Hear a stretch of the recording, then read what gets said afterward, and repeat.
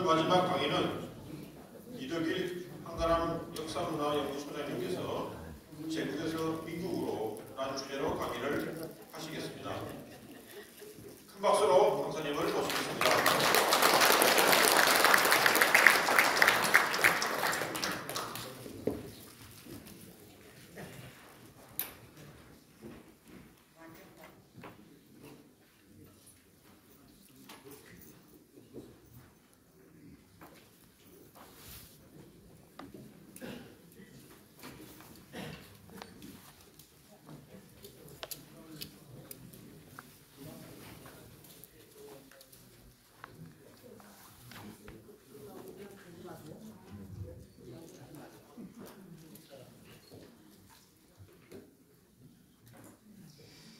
예, 반갑습니다. 오늘 저는 대한제국에서 이제 대한민국으로라는 제목으로 말씀을 좀 드리려고 하는데요.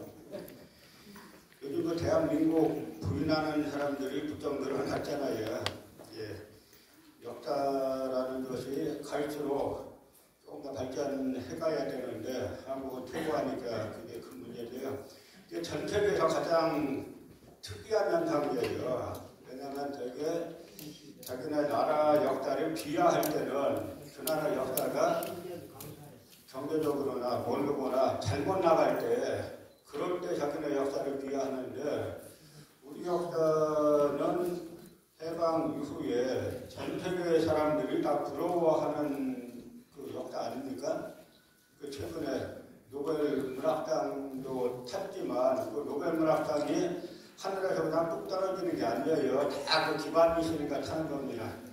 그러니까 전 세계 사람들이 대한민국이라는 나라가 도대체 일제 식민지배에서 벗어나서 저렇게 짧은 시간 내에 정치적 민주화 달성하고 경제적 근대화 달성하고 문화적으로 세계 최인류에 다다르고 저런 자랑스러운 역사를 배우고 싶다라는 게 전 세계 사람들인데 오직 이 나라의 친일저 쓰레기들 뉴라이트라고 하는 저 반미종족주의 저 종자들이 다시 나왔는데 이 나라가 심각한 게 그 종자들이 정권을 다 잡고 있잖아요. 크게 반성해야 될 부분입니다. 예를 들어서 프랑스는 나치 지배 4~5년 받았잖아요. 귀시 괴뢰 정부 너무 잘했어. 나치 훌륭했지. 이런 사람들이 프랑스의 정권을 잡았다라고 치면 엘리제궁에 들어가 대통령이 되고 이 사람들을 다 장악했다고 치면 전 세계에서 유럽에서 프랑스를 뭐라고 보겠어요. 아주 후진국 중에 후진국이죠. 지금 대한민국 선조가 정치는 그렇게 돼 있어요. 땅 분야에서 제가 지난 겨울에 이집트를 잠깐 갔다 왔는데 저희 집사람하고 이집트 유적지에서 그 여동생들 10명 있더라고요. 우리가 한국에서 왔다 그러니까 막 박수 치더니 같이 사진 찍자고 한국에서 왔다는 사실 하나만 가지고 전 세계 대한민국 이상이 지금 이렇게 되어 있는데 오직 이 뉴라이트라는 것들은 이 한국 경제 발전에 공이 뭐냐 일제라는 거잖아요. 이게 나카무라라는 위인이 만든 종진국 자본주의론이라는 건데 한국 경제 발전의 공로는 일본 제국주의 덕분이라는 거예요. 그게 식민지 근대화론이죠. 여러분들 여기 다 계신 분들 어릴 때 여러분 다 고생 많이 하셨죠? 저만 해도 저는 이제 시골 온양에서 초등학교를 마쳤는데 저희 때 졸업생 중에 반밖에 중학교를 못 갔어요. 제가 다니는 학교에서는. 아마 저보다 더 윗분들은 더 하실 겁니다. 일제 때 잘 먹고 잘 살았으면은 일제 이후에 제가 초등학교 갈 때만 해도 몇 년간 지났잖아요. 더 잘 살아야죠. 그런데 이 뉴라이트에 지금 반일 종족주의로 쓴 이영훈이하고 5명이 같이 썼는데 그 한 명이 지금 김남년이라고 한국학종합연구원 원장으로 갔잖아요. 그런데 이영훈이 지금 기세 등등하잖아요. 그리고 유석춘이라는 사람도 기사 등등한데 이영훈이라는 사람이 20여 년 전에 그때 TV에 나와서 위안부 할머니 지금 같은 발언을 했다가 난리가 나가지고 이영훈이 그 당시 광주에 있는 그 위안부 할머니들 그 모여 사시는 집이 있어요. 남매 집이라고. 거기에 가가지고 무릎 꿇고 큰자라고 사죄하고 50분 동안 꼬박꼬박 서가지고 할머니들의 질타를 들었어요. 이게 말하는 게 뭔지 아세요? 이 나라 팔아먹는, 역사 팔아먹는 이 사람들은 자기한테 조금만 불려주면 바로 머리 숙여요. 지금 기자 등등해졌죠? 그 부분을 뭐 여러분의 책임이라고 말할 수 없지만 우리 공동의 책임도 이만큼 있는 겁니다.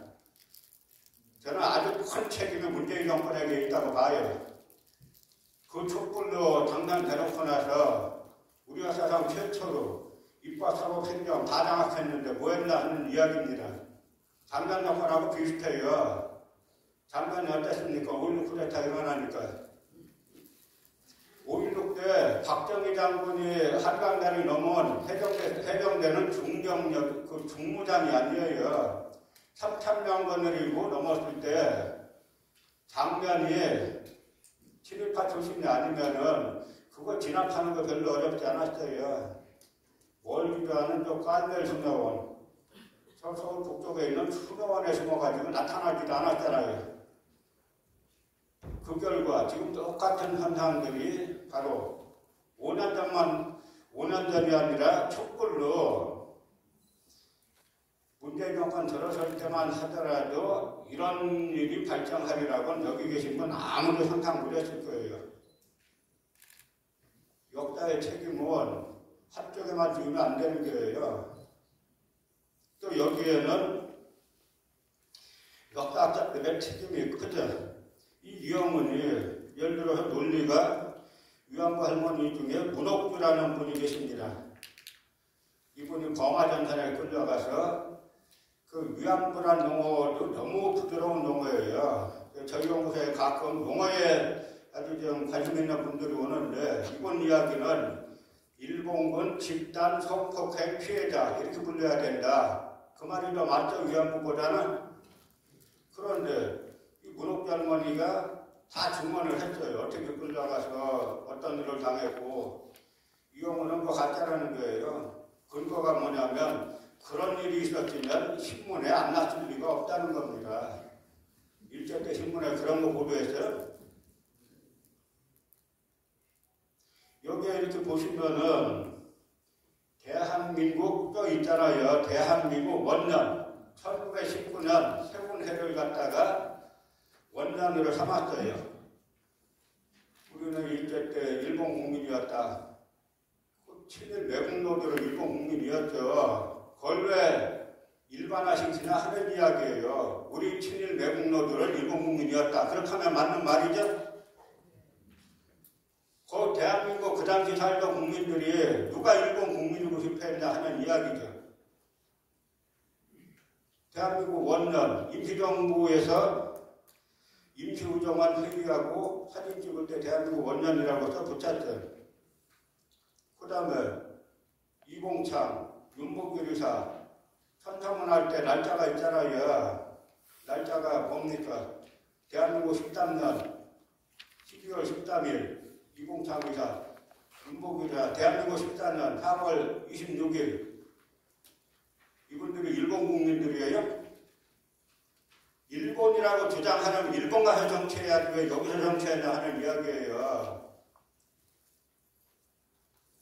그러면 온 국민들 가슴에 상처 주고 독립운동하다 목숨 바친 분들 모욕하고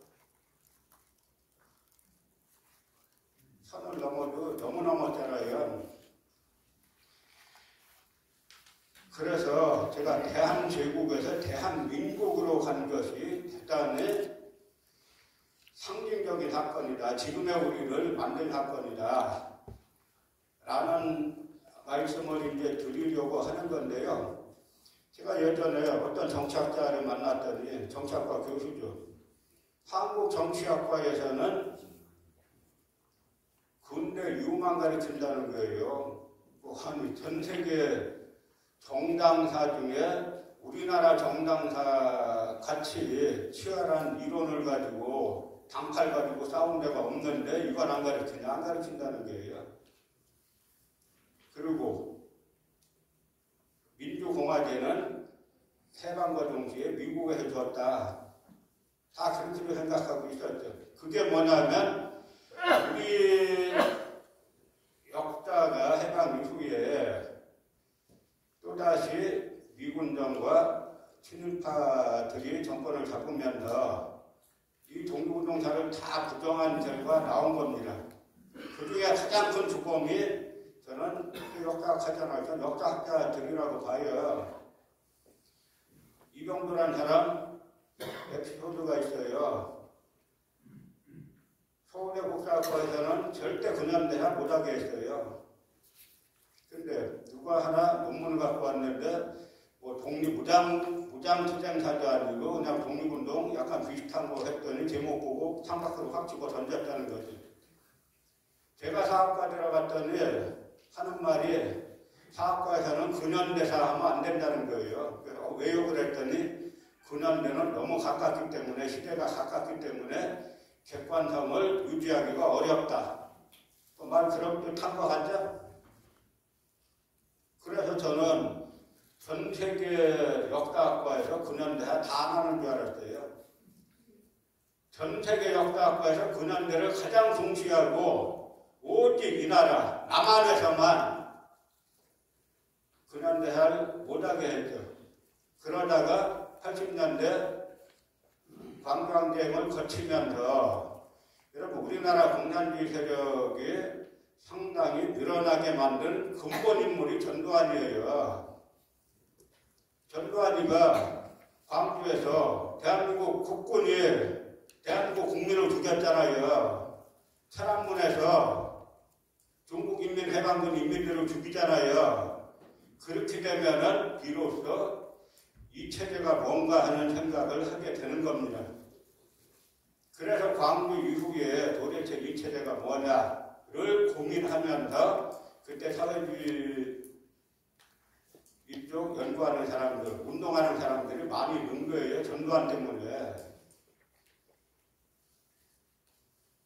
그런데 그때 그 여파로 역사학과 대학원에서 비로소 근현대사를 조금 하기 시작했어요. 그런데 거기서 끝이에요. 그거만 하고, 그러니까 칸막이를 찾아가지고 사학과는 4분야만 하라. 엊그제 어떤 분이 얘기를 하더라고요. 제가 지금까지 역사학 하면서 수십 년 동안 제가 한 건 딱 하나예요. 그냥 독립운동가들 역사관을 좀 우리 대한민국 국민들의 일반적인 역사관, 상식적인 역사관들을 좀 만들고 싶다. 그거 하나 하는데 사방에서 죽이려고 치고 난리치죠. 그러면서 저 욕하는 이유 중에 하나가, 이 학자들이 욕하는 이유 중에 하나가 뭐냐면 저 사람은 전공은 근현대사인데 왜 딴 것도 하냐 이거예요. 그 보면 이게 약간 도락이란 말로밖에는 설명이 안 되지 않습니까? 역사학자가 고대사부터 근현대사까지 다 하는 거죠. 물론 자기 전공은 조금 더 자세하게 하는 겁니다. 근데 우리나라는 자기 전공 아닌 부분 역사학자가 하면은 아주 금기사한 거예요. 죽이려고 그래요. 왜냐? 그걸로 일대식민 답안을 유지하는 거예요. 그래, 근현대, 그걸 니네 조금 알아서 해. 그 대신에 조선사, 고려사, 고대사 건드리지 마. 고대사, 완전 식민사가 아니죠. 고려사, 고려강역, 여러분들도 전부 다 교과서에 어떻게 나와 있어요? 고려 북방강역이 함흥까지로 나와 있죠. 그래서 고려라는 나라는 한반도에 3분의 2밖에 차지하지 못한 초라한 나라죠. 요번에 9종 검정교과서 다 똑같이 나와 있어요. 고려 그런 나라 아니에요. 신라, 통일신라 강역 그려놓은 거 보면 대동강까지로 그려놨죠.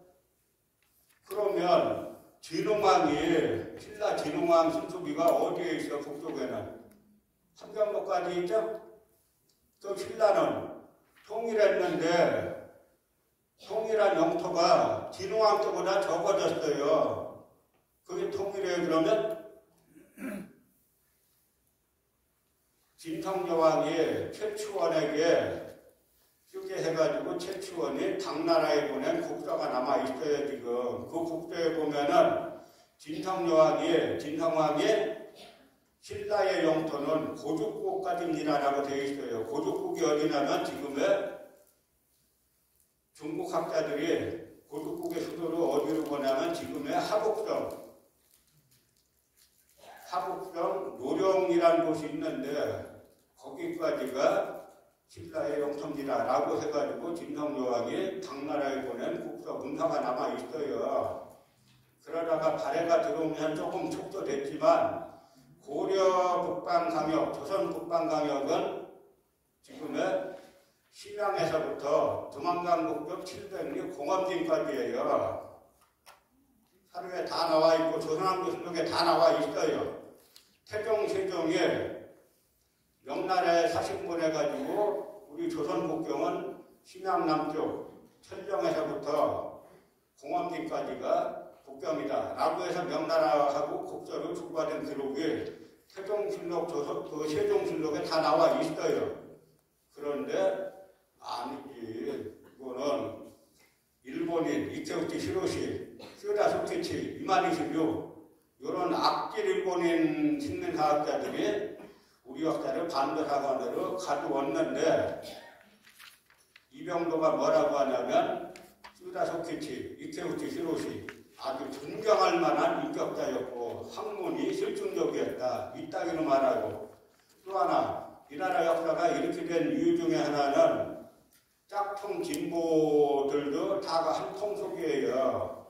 근현대만 조금 진보적으로 보는 척하고 조선시대 가면 유한홍이 당수인 노론 관점으로 보고 각 부분 가면 전부 다 일본 관점으로 보고 그런 식으로 총독부 역사관이 총체적으로 지금 교과서에서 그대로 이제 유지가 되는 건데 그 중에 한 명인 이만희수 류에 대해서 이 신석호 고려대학교 교수였던 신석호는 이만희수류는 일본인이지만 아주 존경할 만한 학자고 학자를 믿을 만하다. 그대로 지금까지 그대로 오는 거예요. 우리 독립운동가들 그러지 않았죠. 여기 계신 분들 대부분이 다 독립운동가이자 역사학자였습니다. 이분들이 다 연구한 첫 시작이 고대사부터 연구를 했어요. 여러분 족보 쓸 때 뭐부터 씁니까? 시조부터 쓰잖아요. 그러니까 일본인들이 시조 부인하는 것부터 시작했어요. 우리 역사 이래로 단군을 부인한 사람 아무도 없었어요. 일본인들 들어오기 전까지는. 심지어 제가 자주 찾다 놀란 게 명나라 시조 주원장이 조선 사신 권근에게 단군께서 건국하신 이래로 몇 번이나 경장하였나. 제가 명나라 시조 주원장이 권근에게 준 시를 보고 제가 깜짝 놀랐어요. 단군께서 건국하신 이후에 몇 번이나 경장하였나. 경장이란 말은 대변혁이나 왕조교체를 뜻하는 겁니다. 그러니까 단군 조선이 건국하신 지 몇 번이나 왕조가 들어섰는가 라는 이야기를 주원장이 했어요. 근데 일본인들이 와가지고 이 시조를 민족의 시조를 부인하지 않으면은 통치하기가 어렵겠다라고 해가지고 단군은 부인하기 시작하죠.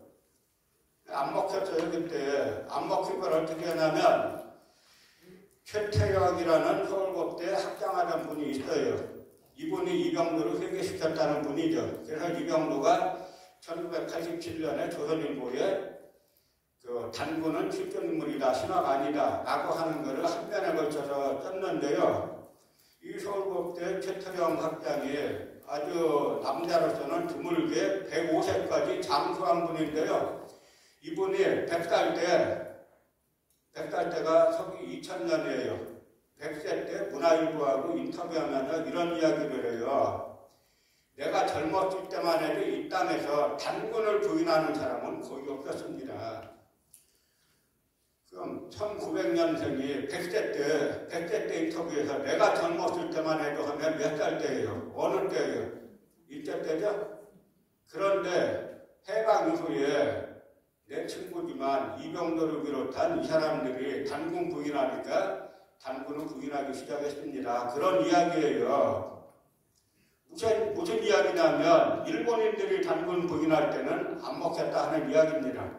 그런데 해방되고 나서 미군정과 이승만 정권 때 친일파들이 독립운동가를 숙청하고 죽이고 그리고 다시 정권 잡고 나서 이들이 단군은 가짜다 이야기하니까 순진한 대한민국 국민들이 서울대 교수, 국사편찬위원장, 고대 교수, 외영원 한국인인 교수들이 단군 가짜야 그러니까 단군 가짜인가? 이래서 급기야는 한국교원대 송호정이라는 사람 개천절을 앞두고 올해부터 이제 개천절을 광복회에서는 건국규원절로 하자고 하는 거잖아요. 그거는 광복회에서 처음 하는 게 아니라 임시의정원에서 1920년에 주창한 거예요. 3월 1일하고 10월 3일을 국경절로 하는데 이 국경절을 건국규원절로 하자. 10월 3일을 왜? 3일 독립선언서 보면 이 첫날 이종상장님이 강연하실 때 3일 독립선언서에 조선건국 4525년 3월 1일 딱 그렇게 썼잖아요. 그런데 그러던 단군을 갖다가 지금 다 부인하잖아요. 왜냐? 내부에 우리 뇌수를 지배하고 있는 가스라이팅한 세력들이 역사학자들, 대한민국 역사학자 중에 자기가 식민사학자라고 말하는 사람 빵명이에요. 총론에서는 항상 식민사학 비판한다고 하죠. 이기백이라는 사람 한국사실론 그 책 보면 식민사관 비판한다 그래요. 본문 보면 다 식민사관이죠. 그거를 극복하는 길이 우리가 대한민국을 바로 세우는 길입니다. 우리가 지금 외형은 상당히 컸어요. 경제적으로도 성장했고 문화적으로도 얼마나 성장했습니까? 오직 역사, 정치 이 두 분야만 아주 찌질이로 모여가지고 일제 때 태어났으면 헌병 앞잡이 할 인간들이 나와가지고 여기저기 정권 핵심부에 잔뜩 들어가 있고 일제시대에 태어났으면은 조선사편수에 가가지고 동덕구 조선사편수에 가가지고 수비라도 시켜주세요 할 인간들이 주요대학 역사학과 교수로 있으면서 지금 나라가 이렇게 된 거예요. 자부심 못 갔잖아요. 해외에서는 한국에 대한 저 나라가 도대체 어떻게 짱구시간 내서 이렇게 발전한다. 제가 한 10몇 년 전에 삼성그룹 해외 지사장들 상대 강연을 했어요. 강연 끝나고 나니까 담당자가 믿을 수 없는 정보가 나왔다고 그런데도 다 평가를 해요. 제가 한 얘기가 뭐냐면 여러분들 한국이 이렇게 경제성장하고 한 게 그냥 하늘에서 떨어진 게 아니라 우리 원래 DNA가 있는 겁니다. 해가면서 제가 몇 가지 보여줬어요. 하나가 단우세문경, 청동 거울 있잖아요. 21cm인데 지름이 21cm 지름에 원이 13,000개가 그려져 있어요. 그냥 그리는 게 아니라 청동이냐 청동에 새기는 거잖아요. 지금 기술로도 못 만들어요. 이러한 선조들의 DNA가 해방 이후에 맞은 거죠. 아까 허장관님이 해양성 말씀하셨잖아요. 그래서 그 당시 해양으로 뻗어나가면서 대륙은 남북 분단 때문에 못 나갔지만 해양으로 해서 유럽 대륙까지 갔고 그러면서 경제가 발전한 거고 다들 저희 형님들도 다 중동에 때 앞에 때 가가지고 다 노동 몇 년씩 했어요. 다 그렇게 해서 우리 경제가 발전했지. 뭐 일본인들이 일제 때 뭐 해가지고 그것 때문에 우리가 경제 발전하고 그렇게 생각하는 사람이 여러분 몸으로 다 느껴보셨잖아요. 한국 경제 발전이 다 우리가 열심히 노력하고 유교의 장점이 딱 하나 있는 게 제가 보면 두 개 있다고 봐야지. 하나는 근면성이고 또 하나는 교육열이에요. 교육열. 자기는 못 먹으면서도 교육시키잖아요.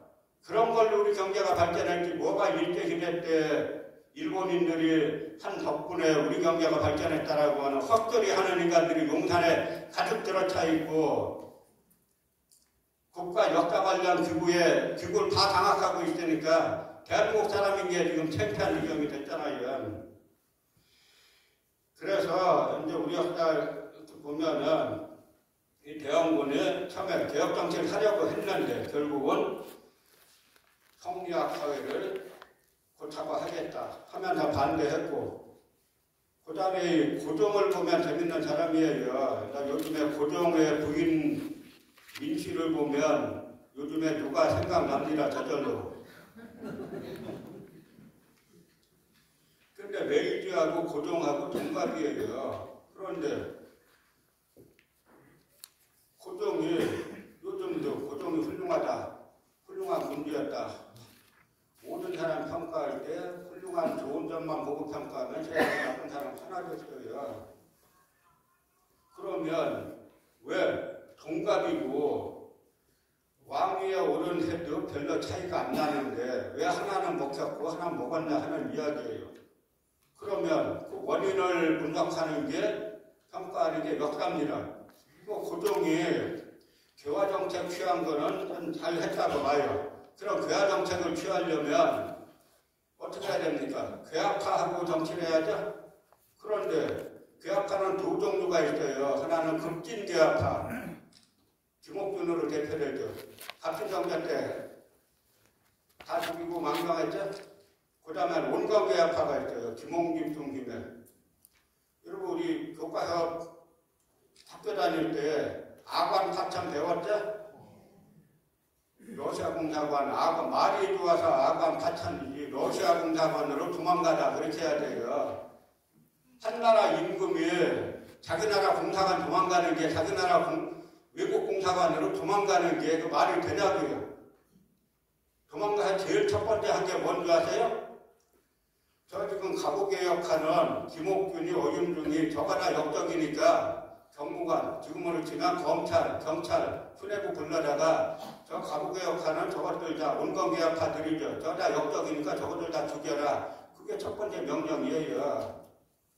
그래서 매천 황년이라고 나라 망하니까 절명시, 목숨을 끊으며라는 절명시를 쓴 매천 황년이 고종이 왜 도망갔냐? 아간 파천으로 왜 도망갔냐? 이게 나오죠. 제일 아래. 헌정에 속박되는 것을 싫어했기 때문에 고종이 살 수 있는 자기가 왕도 하면서 나라도 살 수 있는 유일한 최저 공약구가 뭐겠어요? 일본이 메이지헌법을 만들어가지고 반포한 것처럼 고종 자신도 헌법을 만들어가지고 헌법상의 존재로 기능을 해주면은 그리고 개혁파들 대폭 끌어들여다가 정치를 해주면은 안 망할 수 있었어요. 그런데 고종은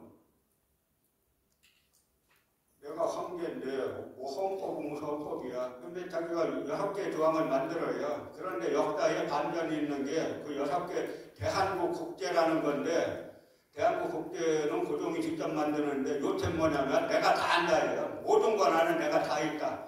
정치, 경제, 외교 모든 권한은 내가 다 있다. 아주 시대착오적인데 그게 또 하나의 긍정적인 효과가 있어요. 뭐냐면 모든 외교권은 그 대한민국 국제에 의하면 모든 외교 교섭권은 황제에게 다 있어요.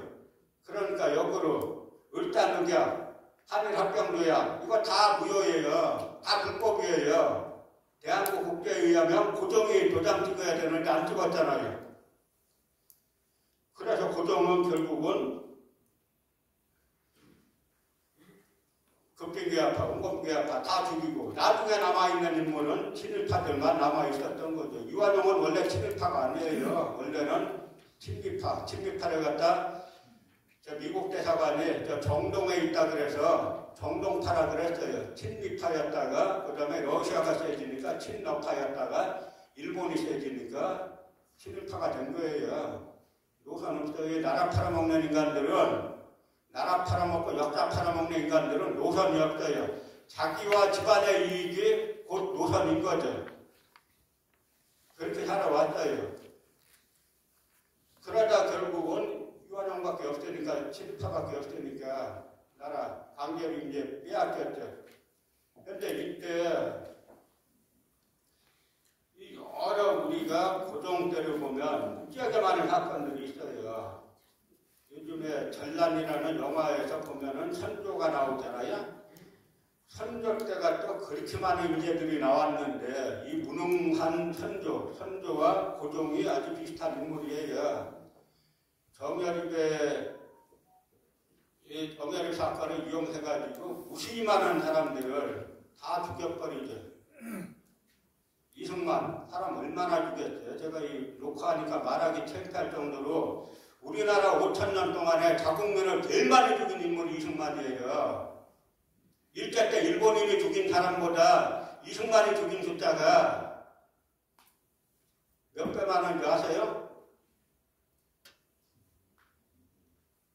그것도 다 누구 죽였어요? 백범 김구를 죽인 안두희, 백범 죽인 안두희와 저희 아버님이 그 같은 평국 용천 출신이에요. 그래서 한번 용천 청년회 모임 때 만났다고 하더라고요.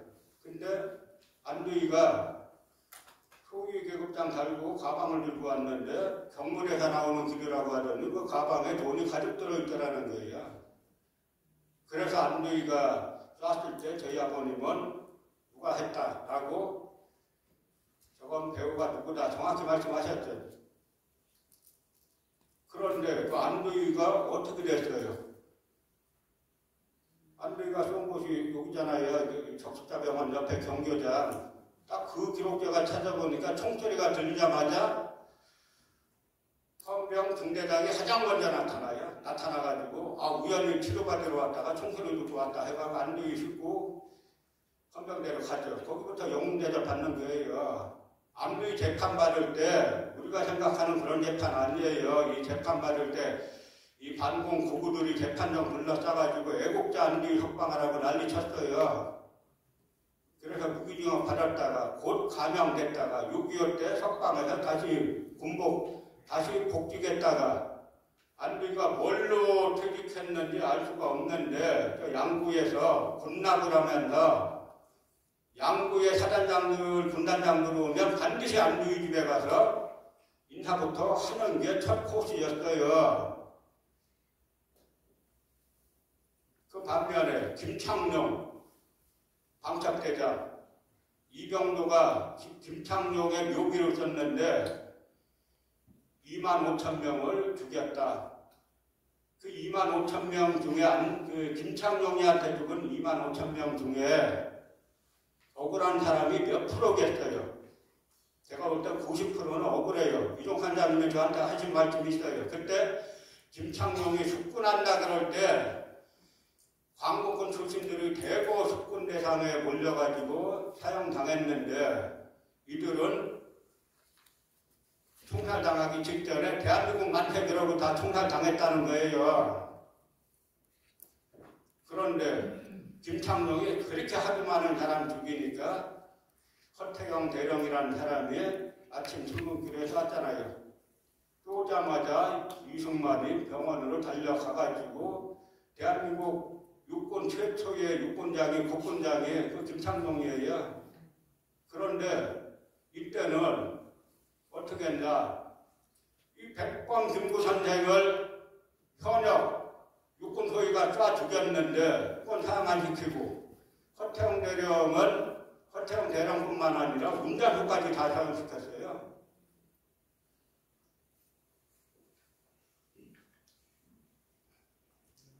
그래서 이때 이 고종이 그 당시에 무수히 많은 사건들, 무수히 많은 인재들이 나왔어요.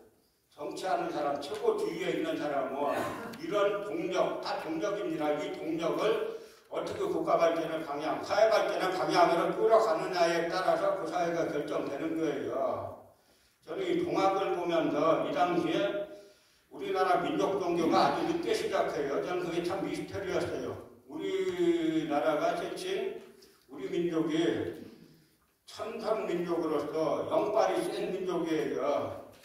그런데 이 민족 종교는 이때 동학이 나오고 그 다음에 증산계열이 나오고 이 무렵에 나오는데요.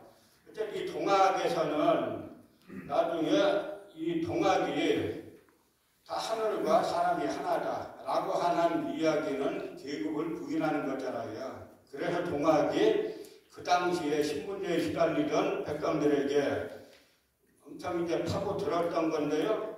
저는 우리나라에 아주 명문장을 하나 들려면 이때 무장에서 이 문장을 한번 보세요. 이 문장을 지금이라고 생각하고 한번 읽어보세요. 우리가 의를 들어 이의 이름은 그 본의가 다른 데 있지 않고 창생을 도탄에서 건지고 국가를 반석 위에 두고자 합니다. 1894년에 이런 백성들이 모여가지고 이런 창의문을 발표를 하잖아요. 그런데 고종은 이때 동학이 일어나니까 일단 동학이 실패한 이유는 여기서 전두성을 점령했을 때 바로 서울로 올라가야 되는데 안 가고 조정에서 회유하니까 전주에서 멈춰가지고 전두하약을 맺고 여기서 망한 거예요. 그러니까 동학군이 전주에서 멈추니까 그 다음에 고종하고 민비가 청나라 군사를 끌어들이죠. 그 청나라 군사를 끌어들이면은 어떻게 되냐면 갑신정변으로 천진조약을 맺잖아요. 청나라와 일본 사이에 천진조약을 맺는데 천진조약에 대해 3조가 뭐냐면 앞으로 조선에 한 나라가 파병하면 다른 나라에게 통보한다 이거예요. 청나라 불러들이면은 일본군이 바로 오게 돼 있어요. 그래서 당시에 일본은 여기 들어오기 위해서 청나라 이홍장에게 외교전을 펴지라. 우린 청나라가 들어가도 우리는 안 들어갈 테니까 마음 놓고 들어가세요. 그래서 청나라 군사가 천진에서 출발하니까 출발했다 소식 듣자마자 일본군이 인천에 먼저 들어왔어요. 청나라 군사만 끌어들인 게 아니라 일본 군사 끌어들인 것도 전부 다 고종 정권이에요. 지금 북한군, 우크라이나에 간에 안 가라. 이거 누가 만들었어요? 현 정부에서 만든 거예요. 북한의 사기를 몰아가지고. 그러니까 북한이 러시아하고 다 끝났던 군사협정 다시 맺었잖아요. 저는 한국 보수 이쪽에서 뛰어난 대통령이 저는 개인적으로는 뭐 금장받고 한 부분이 있었지만 노태우 대통령의 북방정책이 대단히 훌륭한 정책이었어요. 그 북방정책으로 러시아와 중국과 손을 잡고 러시아가 북한과 맺었던 그런 조약들 폐기하면서 한반도의 전쟁 위험이 실질적으로 사라졌는데 그게 노태우 정권의 큰 업적이에요. 북방정책이. 그런데 그 끊어졌던 거를 이 정권에서 다시 살려놨잖아요. 이래도 균형론으로 이걸 볼 거예요? 저희가 우리 한가람 약자문화 연구소가 어려운 거는 진영론에 속하지 않았기 때문에 어려운 길을 걸어왔어요. 진영론에는 일부의 진실이 있지 전체 진실이 아니에요.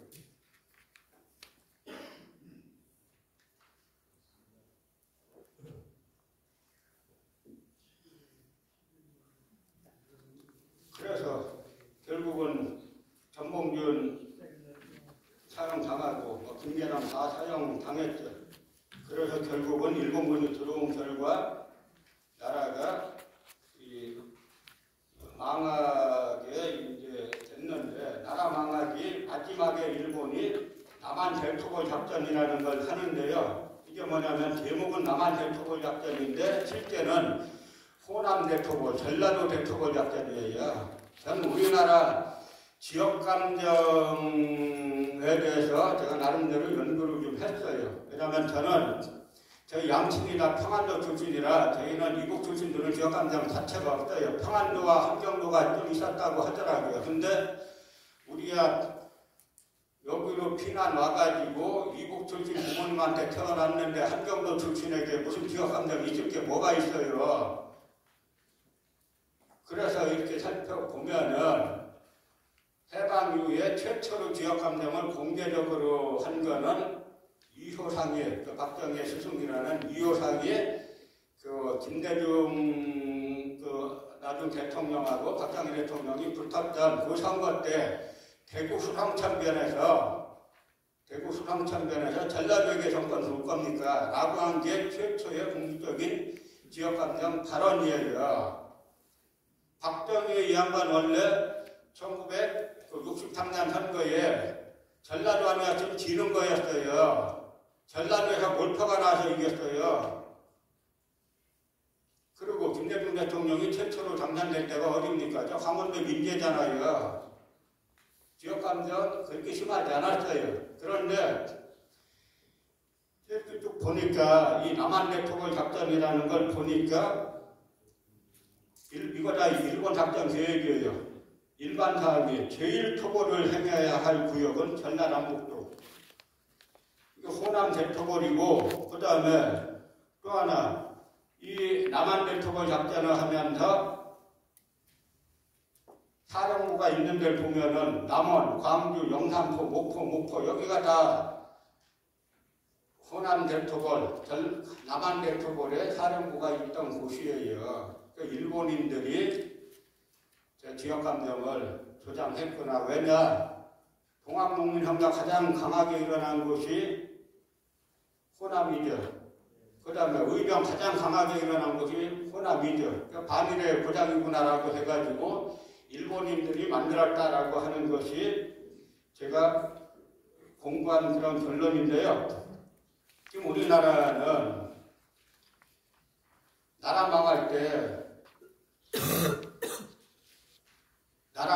행정이 나라가 꼭 국력이 쇠하고 경제가 어지럽고 그럴 때만 망하는 게 아니에요. 경제 잘 나갈 때 망한 일이 많이 있어요. 전 그래서 지금이 그렇게 지극히 우려가 되는 겁니다. 아까 허장관님이 박자만 못 주무신다고 한 말은 전 사실이라고 생각해요. 그런 분들 여러분 계시리라고 생각합니다. 나라 망할 때 되니까 이 노론하고 일진회가 매국 경쟁을 해요. 그런데 이완용의 비서 유인직이 이완용을 대신해서 나라 팔아먹는 비밀협상을 했는데 여러분들 학교 다닐 때 유인직 뭐라고 배웠어요? 삼각대라고 배워왔잖아요. 그리고 우리나라 정상하고 나서 일본 가서 북으동반으로 아주 사진을 찍었죠. 그런데 제가 이 식민사학 아닌 척하는 식민사학자들이 대다수 99%고 1%는 자기네가 식민사학인 거 알고 하는 인물들이 있어요. 그런데 식민사학자들이 저를 갖다가 우리 한가람 역사문화 것을 갖다가 집중 공격하는 계기가 몇 가지가 있었어요. 그 하나가 뭐냐면 이 경제적인 분야에서는 동부가 역사 지도 사업을 갖다가 독도 그려오라 그랬는데 끝까지 안 그려온 사업을 갖다가 좌초시켰다는 그게 결정적이고요. 또 하나는 나라 팔아먹고 1910년 8월 29일 날 나라가 완전히 점령당하고 10월 7일 날 조선 총독부에서 76명에 달하는 조선인들에게 훈장을 주고 귀족에 자기를 주고 막대한 돈을 줘요. 그 76명의 명단을 발표했더니 그때 공격이 아주 심해졌어요. 그 후예들이 한국, 대한민국 다 잡고 있어요 지금. 그런데 그 명단 구하는 게 어려웠냐? 어렵지 않았어요. 그 당시 자기들이 자랑스럽게 써놨어요. 당파. 소속당파, 노론, 이 인물, 이 송병준 있잖아요. 송병준도 자기로 가졌는데 이 송병준에 대해서는 당파를 뭐라고 선언한다면 자칭 노론. 그러니까 유한용이 마지막 당시 노론이죠. 지금 한국역사학계에서 역사서를 쓰면은 지금 교과서도 마찬가지고 관점이 두 개예요. 하나는 조선 노론학원, 또 하나는 일제 식민학원. 이럴 때 우리나라가 망할 듯 하면서도 안 망하는 이유가 이때 한국은 대한제국은 사실상 객관적으로 끝난 거였어요. 왜냐하면 청일전쟁으로 청나라에 쫓았죠. 일본이. 러일전쟁으로 러시아에 쫓았죠. 그 다음에 영일동맹 맺었죠. 미국과는 어떻게 했어요? 카스트로테프트 미락을 맺어가지고 미국이 필리핀을 차지하는 대신에 한국, 일본을 차지한다. 미락 맺었어요. 저 우리나라 사람들 보면 설일절에 광화문 나가봤더니 요즘도 성조기를 모시기 하잖아요. 외국인들을 보면 다 미쳤다 그래요. 남의 나라 국기를 왜 들고 시기를 해요? 미국의 이익과 대한민국의 이익이 합치될 때는 같이 가는 거죠. 미국의 이익과 대한민국의 이익이 배치되면 어떻게 돼요? 서로 낭납이 되는 거죠. 모든 나라 마찬가지예요. 지금 우리가 상당한 판단의 기로에 있어요. 중국의 이익과 우리의 이익이 같으면 가는 겁니다. 그런데 한번 생각해 보세요. 우크라이나의 이익과 대한민국의 이익이 같아요? 인도적인 차원에서는 할 수 있죠. 그러나 지금같이 군사까지 왔다 갔다 하는 거는 국익을 걸고 해야 되는 거예요. 그런 상황에서 한국은 되살아날 가능성이 객관적으로 0%였어요. 그래서 이때 망국기 선배들이 두 길을 걷는 겁니다. 내천황현, 아까 말씀드렸죠? 내천황현은 목숨을 끊으며 절망시를 쓰고 이 난리 많은 세상 참 많은 사건이 있었는데 오늘은 더 이상 어찌할 수 없어가지고 내 목숨을 끝내라고 하면서 근데 이분이 나중에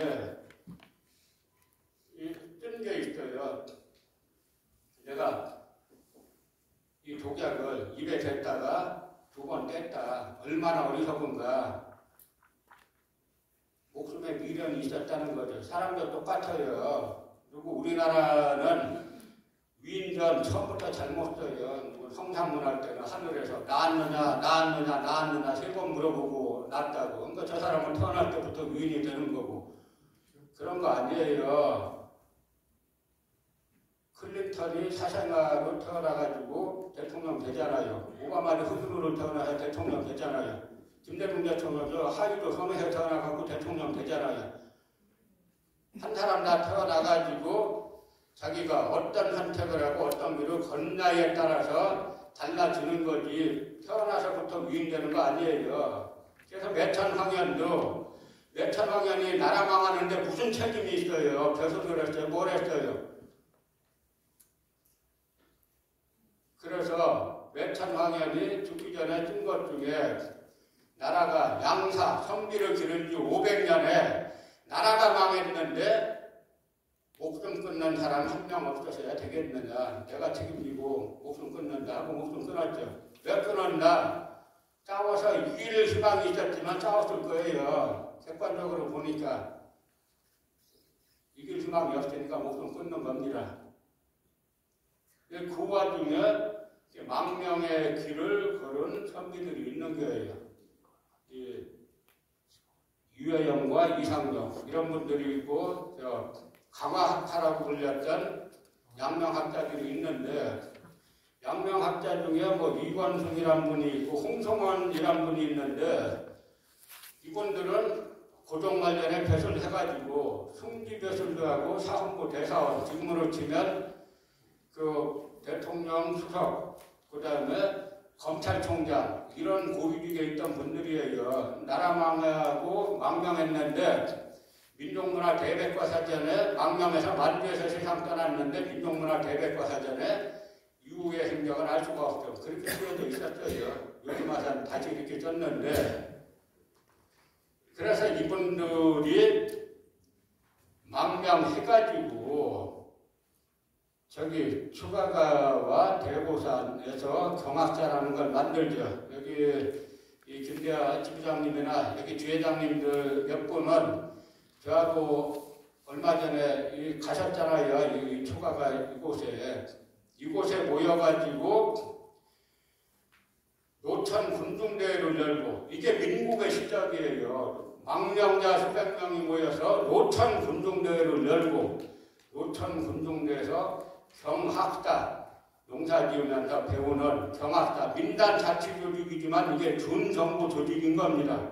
그래서 신흥무관학교를 만들고 혁주 이상용 선생이 쓴 시를 보세요. 나중에 여기에 뭐라고 썼어요?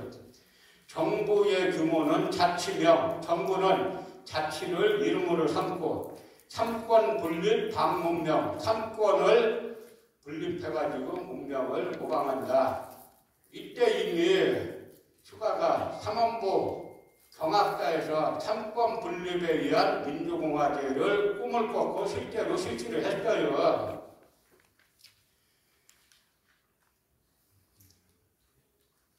그래서 이제 3.1 혁명 이후에 임시정부가 만들어지는데요.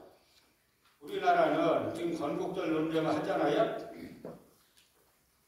그런데 개헌절 논쟁도 해야 돼요. 저는 대한민국이 1919년에 건국했다라고 하면은 헌법도 1919년에 만들어졌다라고 해야지. 이게 대한민국 임시헌장에 조항은 많지 않지만 지금 헌법보다 전혀 밀리지가 않아요. 내용들이. 1조가 뭡니까? 대한민국은 민주공화제로 함. 지향점 뚜렷하죠? 3조가 대한민국의 인민은 남녀 귀천 및 빈부의 계급이었고 일체평등이다. 지금 한국 사회 일체평등해요?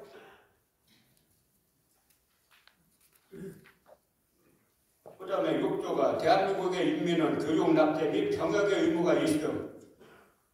우리가 일제 때 일본 국민이었다고 하는 7일 매국노들 메이지 헌법 적용 대상에서 제외했어요. 1910년 8월 29일 날 조선은 대한민국이라는 이름을 다시 대한민국 조선으로 바꿨죠. 조선인은 메이지 헌법에서 적용 대상에서 제외함.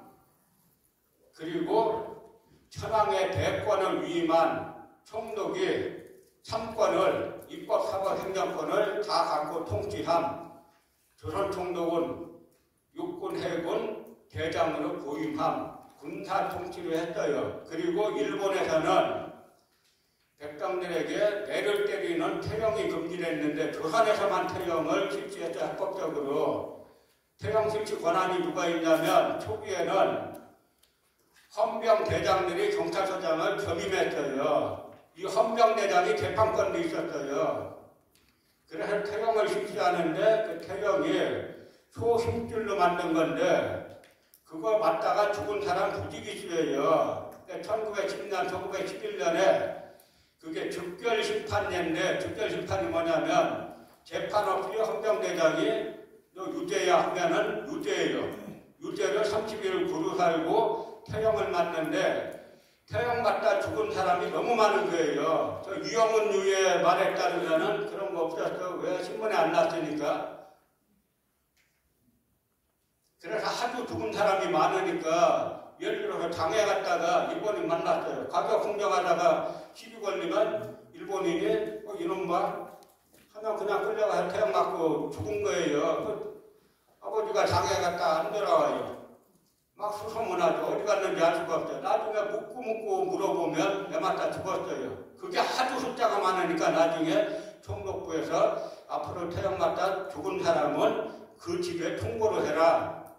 이런 명령을 내릴 정도로 이런 통치를 했어요. 이 통치가 너무너무 그리운 이 누라이트, 이 친일 이 종족들. 이들 제거하고 이 식민사학 제거하지 않으면 이 대한민국 미래 보장하기 힘들어요. 그리고 이들이 일단 말하는 게 뭡니까? 뭐 임시정부는 그나고 모여서 하고 어쩌고 하는데 그게 아니라 임시정부가 처음에 외교를 중시해서 상해에 본부를 둔 거는 잘못이에요. 잘못 얼마든지 이야기할 수 있어요. 그런데 이 당시에 임시정부를 만들 때 이 임시정부의 소재지에 대해서 상해에 두지 말고 만주나 연해주에 두자 하는 무장투쟁파들이 아주 강했어요. 그래서 하다 보니까 나중에 임시정부 이제 초대 대통령을 이승만을 했잖아요. 근데 이승만 이 양반은 안 와요. 상해에도. 미국에 있죠. 하도 안 오니까 임시정부에서 더 이상 안 오면은 탄핵한다. 그러니까 할 수 없이 왔어요. 와서 있다가 상해 6개월 있다가 나 못 있겠어. 미국으로 다시 가죠. 그런데 이승만이 초대 대통령을 있으면서 왜 탄핵당하냐면 초대 대통령을 있으면서 미국에 구미위원부를 만들어가지고 구미교포들이 내는 성금을 가로채는 거예요. 원래는 임시정부 초기에 안창호가 국장을 있는 이제 교통국에서 연통제를 만들어갖고 도단위, 군단위 전부 다 조직을 했는데 일제고등계가 독립운동 잡아내는데 또 규제잖아요. 그게 다 붕괴가 됐어요. 돈 들어올 것이 거의 없어요. 만주 교민들이 내는 그 일정 부분의 성금하고 그 다음에 미주에서 노동하는 우리 교포들이 가서 노동을 또 쿠바까지 가서 노동해가지고 부산 안창호 선생이 쿠바까지 가서 격려하잖아요. 그분들이 내는 애국성금인데 애국성금을 이승만이 임시정부 직제에도 없는 구미위원부로 만들어서 가로채는 거예요. 그러니까 임시정부에서 그걸 달라 안 주죠. 그러니까 임시정부에서 그럼 우리가 사람을 한 명 파견할 테니까 파견해가지고 성금을 관리를 하고 대통령실에 떼어주고 나머지 임시정부로 보내겠다 이승만이 요하는 거죠. 그러니까 결국은 그런 이유들 때문에 이 탄핵을 당하는 건데요. 그러다가 만주에서는 실제 만주에 지금 이렇게 나중에 이렇게 쭉 보시면 제일 아래에 이렇게 참의부, 정의부, 신민부가 있잖아요. 이 3부는 실질적으로 행정부도 있고 입법부도 있고 사법부도 있었어요. 그리고 무엇보다도 군부가 있었어요. 준정부 조직들이었죠.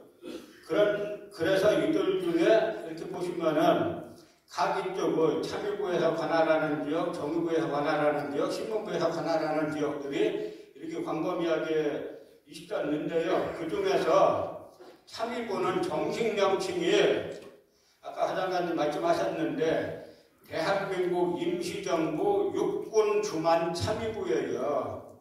임시정부의 군부예요. 대한민국 임시정부 육군주만참의부. 그래서 이 참의부에서는 1924년 5월 19일에 총독 사이토마고토를 저격합니다. 이 사건이 뭐냐면 사이토마고토가 일본은 당시 의회제가 있기 때문에 의회에 불려나가서 설명을 해야 돼요. 사이토마고토가 큰 소리 쳤어요. 조선 독립운동 다 지나니까 걱정하지 말라고. 그러다가 사이토가 압록강에서 배를 타고 내려오는데 참의부에서 압록강 대안에 매복하고 있다가 사이토가 탄 차에 총알을 수백 발 갈겨가지고 사이토가 도망갔어요. 엄청 도망갔어요. 그래서 사이토마고토가 일본에 끌려가서 일본 의회에서 얀마 이 한국 독립운동 걱정할 거 없다더니 너든마 지금 총상 맞고 도망갔잖아. 이런 질책을 당했어요. 근데 여러분 학교 다닐 때 이런 얘기 하나도 안 배웠죠? 안 배웠죠?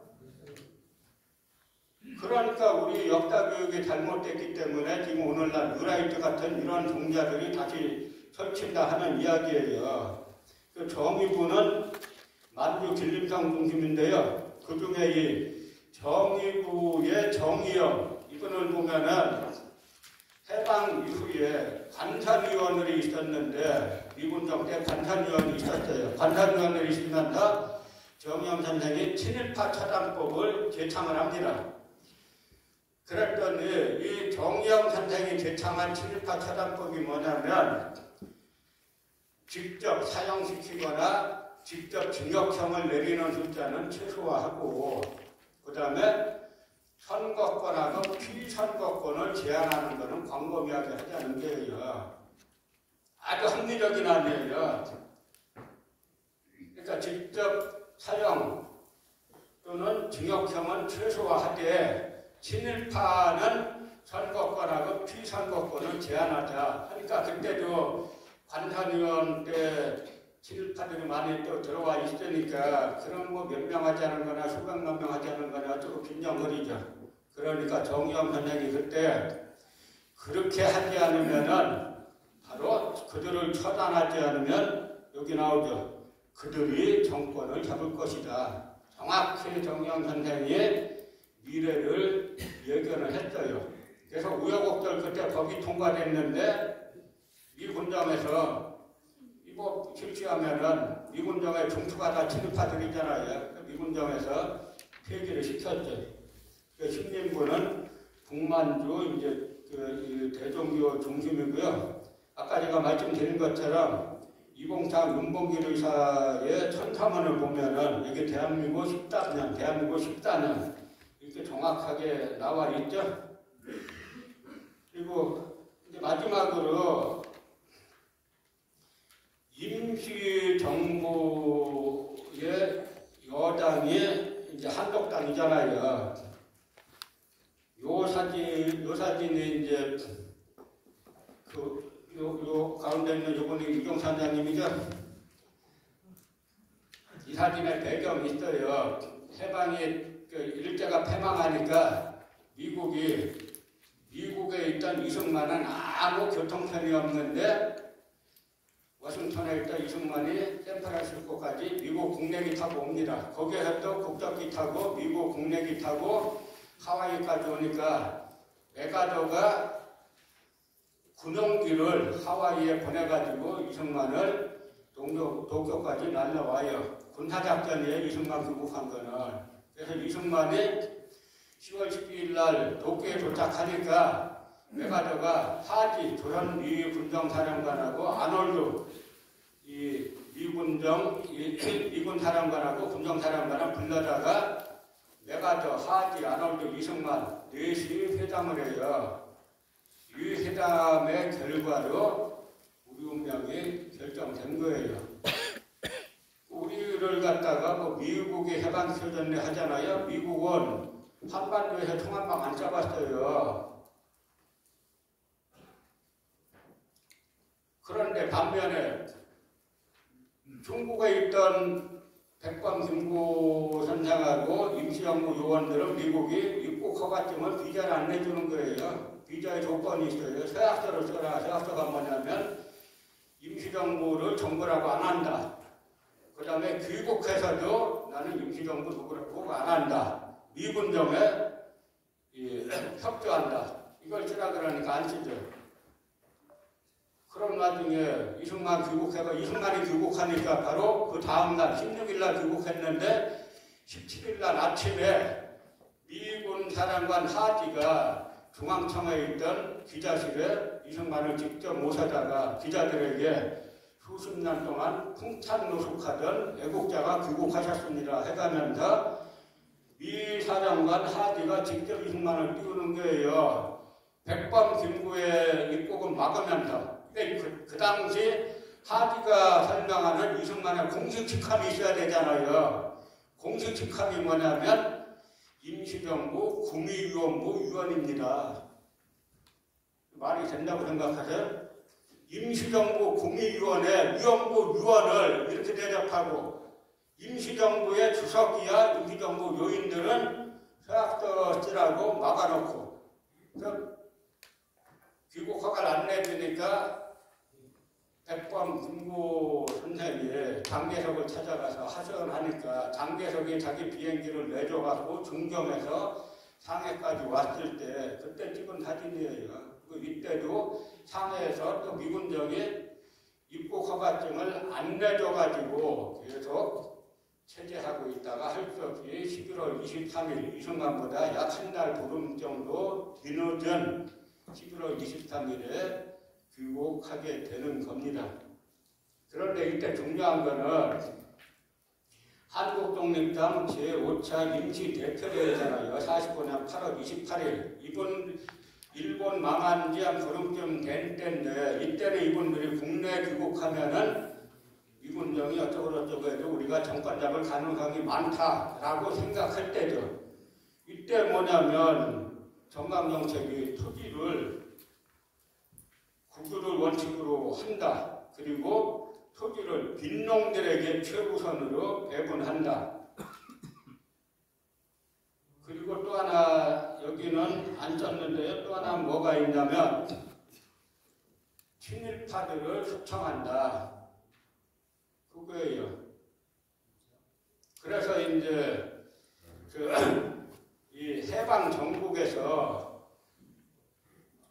친일파 정당을 제외하고는 모든 정당이 공통으로 독립운동했던 좌우 정당이 공통으로 추진하는 정책이 두 개가 있어요.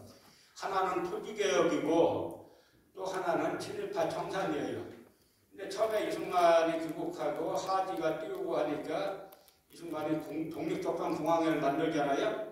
이걸 일개 정당으로 생각 안 하고 정당 통합 건국운동으로 생각해서 많이 가입했는데 처음부터 문제가 생겼어요. 무슨 문제가 생겼냐? 친일파를 어떻게 할 거냐? 그 이승만이 친일파도 받아들여야지. 이렇게 나오니까 이제 발칵 뒤집혔는데 이때 백범 일행은 중국에 발이 묶여있고 국내에서는 친일파 청산 문제에 가장 이제 적극적인 목소리를 낸 데가 박헌영의 조선공산당이에요. 그래서 박헌영의 조선공산당이 이승만이 친일파 옹호하는 거냐라고 비판하니까 이승만이 박헌영 만나자 그래서 평생 처음이자 마지막으로 한 번 만나요. 만나서 이승만이 박헌영에게 독립소통중앙회에 조선공산당도 들어와 줄 수 없느냐 하니까 좋다. 조건이 있다. 친일파는 배제하자. 라고 하니까 이승만이 지금 우리가 친일파 차단할 수 있냐? 라고 하니까 박헌영이 지금 차단하자는 게 아니라 건국사업에 친일파는 배제해야 된다. 이승만이 빙빙 말 돌리죠. 그러다 결국은 이승만이 자기 입에서 나보고 친일파라 그러는데 나는 친일파가 아닙니다. 라고 말한 게 제가 날짜 계산해봤어요. 귀국한 지 며칠 만인지. 귀국한 지 정확히 15일 만에 남들이 나보고 친일파라고 하는데 나는 친일파가 아닙니다. 그렇게 말을 해요. 여기에서 우리가 미스터리가 생기는데 이승만은 왜 그렇게 친일파들을 좋아했냐 이거죠. 반민특위 때 노덕수리, 악질 친일 고등계 형사, 이 노덕수리한테 고문받다 죽은 사람 많아요. 그 기록 보면은 피토하고 죽어가면서 노덕술놈 하면서 피를 토하면서 죽었다는 기록들이 있어요. 그래서 반민특위에서 노덕수를 체포하니까 이승만이 막 광분해가지고 지금 건국대열에 이런 해가면서 무슨 이야기 하냐면 반민특위 해체하라고 하면서 뭘 얘기하냐면 고문했다고 반민특위에서 특정돼서 고문했다라고 하니까 반민특위 위원장 김상득 선생이 기자회견에 뭐라 그러냐면 우린 고문한 적 일체 없다. 그리고 만약 고문한 사실이 있다고 치면은 해당 당사자를 처벌하면 되지 왜 그거 가지고 반민특위 해체하라 그러냐. 그리고 한마디로 할 거는 서로 백보양보해가지고 우리가 노덕술이 조금 고문한 일이 있다고 치자. 그러면 수십 년 동안 수많은 독립운동가를 고문해서 죽이고 한 악행이 쌓인 그러니까 조금 고문했기로서니 이승만 대통령은 왜 그렇게 뼈가 저리게 아파가지고 그렇게 노력으로 옹호하는 것이냐. 김상덕 선생이 그런 말을 해요. 당시 신문 기사를 보면. 그래서 우리나라가 지금 이렇게 된 이유가 그 당시 친일 세력을 청산 못했기 때문에 지금까지 오는 거예요. 지난 시간에 김명호 교수님이 우리 중국의 해치는파 청산 공부 안 했잖아요. 그것 말씀에 한 70만 명까지는 했다는 거잖아요. 프랑스는 더 말할 것도 없고 4년 동안 프랑스는 4년 동안 지배받았는데 몇 명 청산했는지 나오지도 않아요. 프랑스에서는 중요한 게 지식인들은 가혹하게 했어요.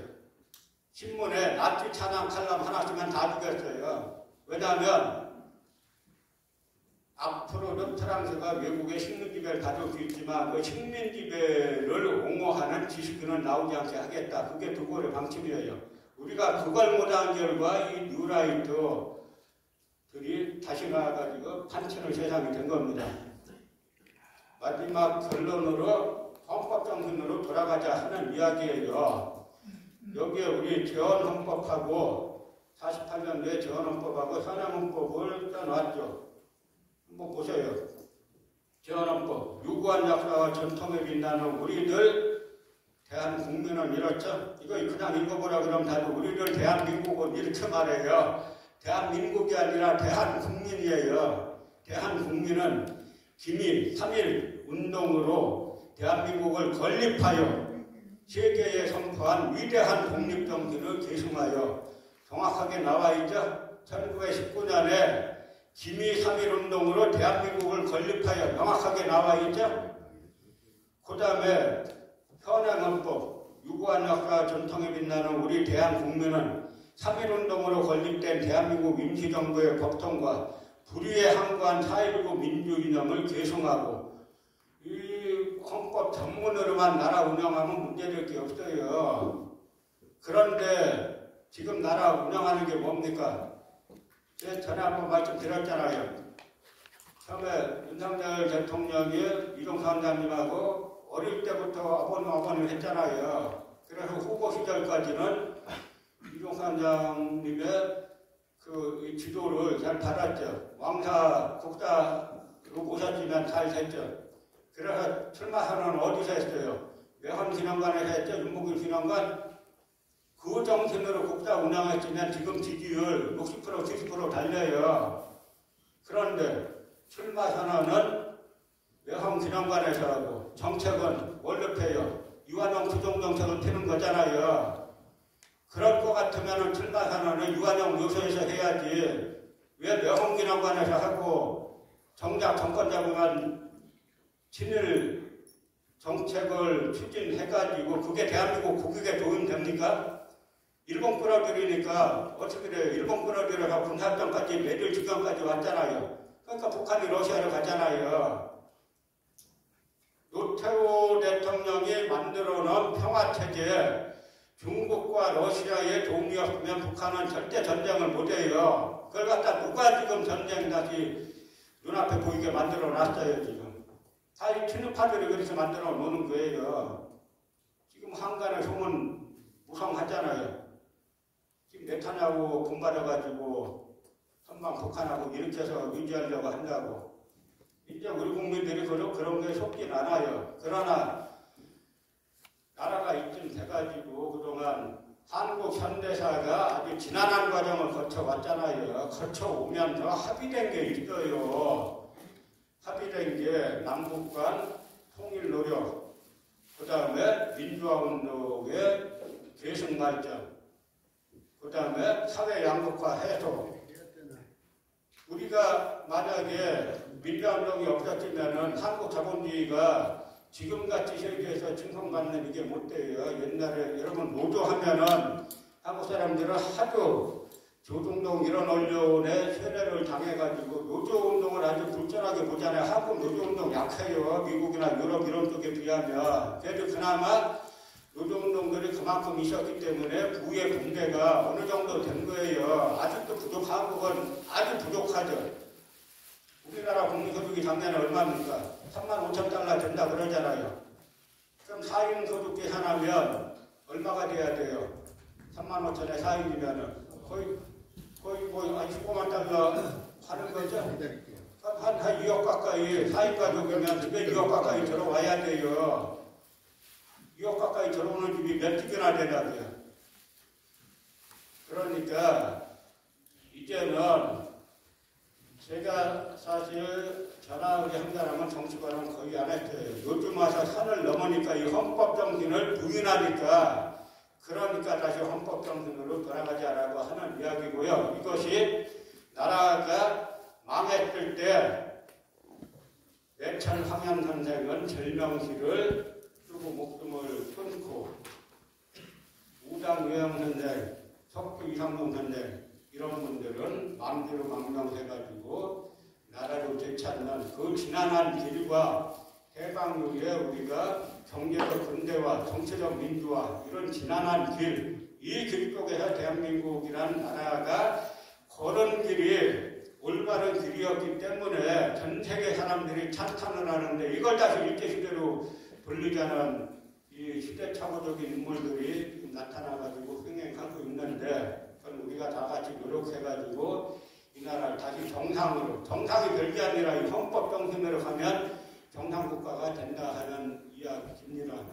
오늘 3회 특강 마지막 날인데요. 이 3회 특강이 있기까지 이동산 원장님하고 김대하 특장님 고생 많이 하셨는데 박수 한번